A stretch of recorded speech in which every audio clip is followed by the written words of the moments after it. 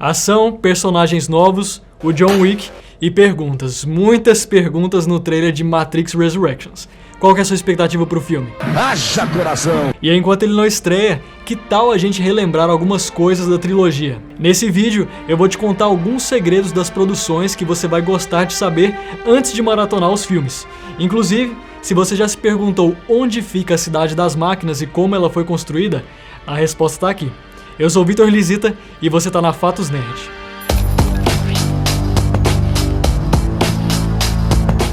A primeira coisa que você precisa saber é que tirar a ideia de Matrix do papel não foi fácil. Antes das filmagens do primeiro filme, as irmãs Lily e Lana Wachowski pediram um orçamento de 80 milhões de dólares. E se a gente levar em consideração o tamanho do filme, talvez elas devessem ter pedido até mais, né? Só que para surpresa delas, a Warner recusou o pedido e disponibilizou apenas 10 milhões. Daí você vai me dizer que é muita grana e realmente, né, daria para viver tranquilamente com esse dinheiro. O problema é que ele não era o suficiente para tirar do papel o sonho das Wachowski.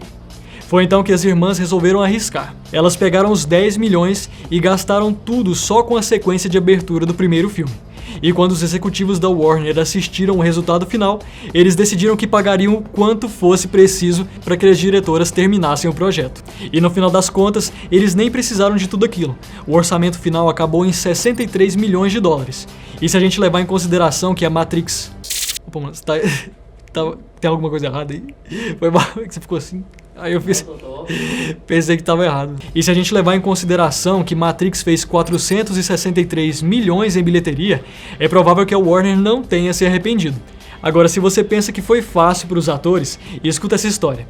Depois de toda aquela aventura para escolher os protagonistas, na ocasião em que o Will Smith recusou o papel de Neo, o Keanu Reeves, a Carrie-Anne Moss e o Lawrence Fishburne não puderam ler o roteiro logo de cara. Como o filme é cheio de conceitos filosóficos, as Wachowski passaram um dever de casa ao trio de protagonistas. Eles deveriam ler os livros Simulacra e Simulação, do Jean Baudrillard, Fora de Controle, de Kevin Kelly, e Introduzindo a Psicologia Evolucionária, que foi escrito por Dylan Evans e Oscar Zarate. Os 3 livros conversam bastante com o filme e abordam desde questões envolvendo sistemas de computador e tecnologia, até robôs e a psicologia evolutiva e um estudo da alma. A ideia era ajudar a galera da produção a entender o filme, só que ainda assim foi difícil da galera entender. De acordo com a história, foi só o Lawrence Fishburne que disse ter entendido o filme na primeira vez que leu o roteiro. E a verdade é que até hoje não é muito fácil de entender o filme na primeira vez que a gente assiste, né?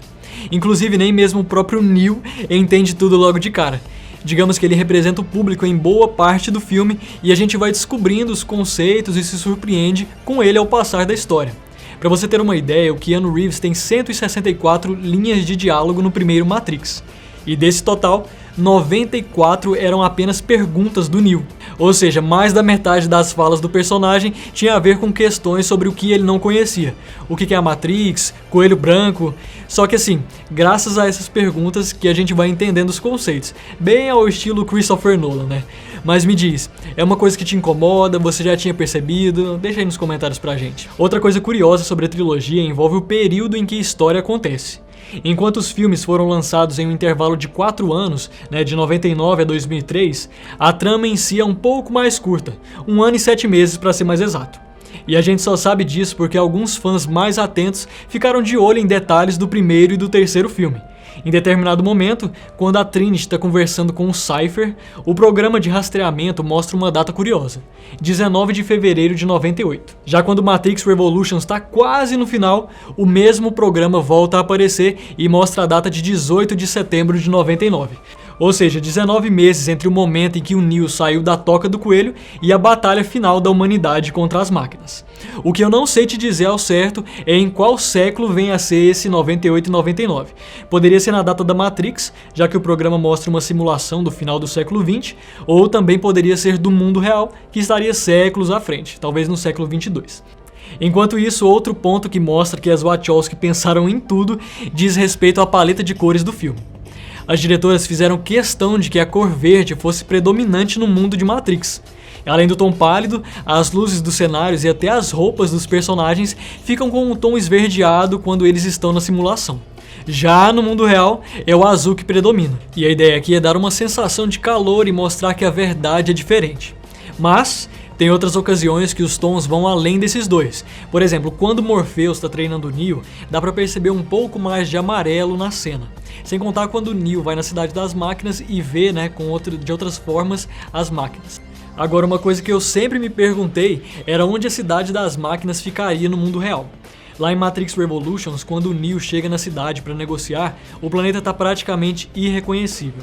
O que não foi destruído acabou sendo tomado pelas máquinas no processo da guerra. E a resposta para essa pergunta está na animação The Animatrix, que é uma espécie de complemento da mitologia dos filmes feito pelas Wachowski. Em um dos curtas, a gente vê que um grande número de robôs migra para uma única região do planeta, quando os humanos começam a destruir as máquinas por medo de uma rebelião. As máquinas que conseguem fugir vão para uma região desabitada do Oriente Médio, que fica perto da Mesopotâmia. E uma vez que chegam lá, os robôs passam a chamar o local de Zero One.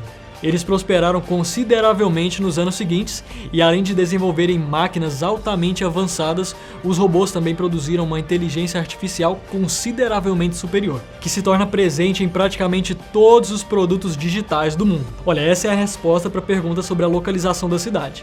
Mas que tal a gente falar um pouquinho mais desse passado de Matrix? Bom, com esse novo tipo de mercado das máquinas, a economia da Zero One cresce e das nações humanas cai de tal forma que rola até uma quebra do mercado global de ações. Quando isso acontece, o Conselho de Segurança das Nações Unidas convoca uma reunião para definir se a Cidade das Máquinas deveria ou não sofrer um embargo e um bloqueio militar. Na ocasião, a Zero One até enviou 2 embaixadores para tentar resolver as questões e integrar a cidade nas Nações Unidas. Só que os humanos não queriam papo nenhum não, viu?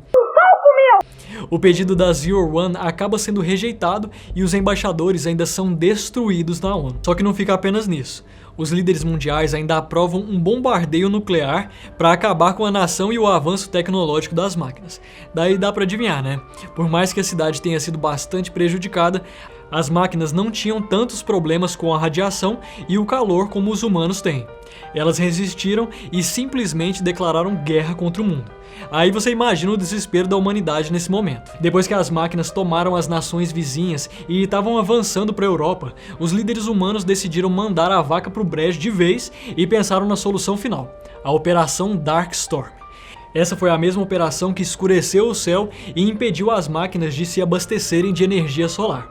Só que não eram só as máquinas que precisavam dessa energia, né? Os humanos também precisavam. E depois de terem sucesso com a operação, uma fome global teve início e a biosfera praticamente entrou em colapso. Houve até mesmo uma guerra no solo de humanos contra máquinas, mas não deu bom pra gente também não, viu? A humanidade se saiu bem em um primeiro momento, mas aí as máquinas começaram a criar modelos mais modernos de robôs, com aparências mais parecidas com insetos, tipo aquelas que a gente vê no filme. Inclusive, as máquinas também resolveram o problema de falta de energia. Eles criaram uma forma de fusão a partir da bioeletricidade dos humanos aprisionados. Ou seja, encontraram uma forma de transformar a humanidade em baterias. Chega um ponto que os líderes mundiais que sobraram percebem que caso eles não se rendessem, a extinção não iria demorar. Daí eles chegam a assinar um acordo com as máquinas para que elas usem os humanos como fonte de energia. E no final, um representante de Zero One detona uma bomba termonuclear escondida e destrói a cidade de Nova York, ele mesmo e os líderes humanos que sobraram. Aqueles que não foram sequestrados para se tornarem fonte de energia e ficarem presos à Matrix, acabam fugindo e formando a Resistência. E depois disso, séculos se passam até que o Neo que a gente conhece aparecesse e salvasse a humanidade. Agora faz o seguinte, se você quiser um resumão dos filmes para se preparar para Matrix Resurrections, deixa um comentário aqui embaixo. E enquanto isso, curta o vídeo, assina o canal e ativa o sininho para não perder nada.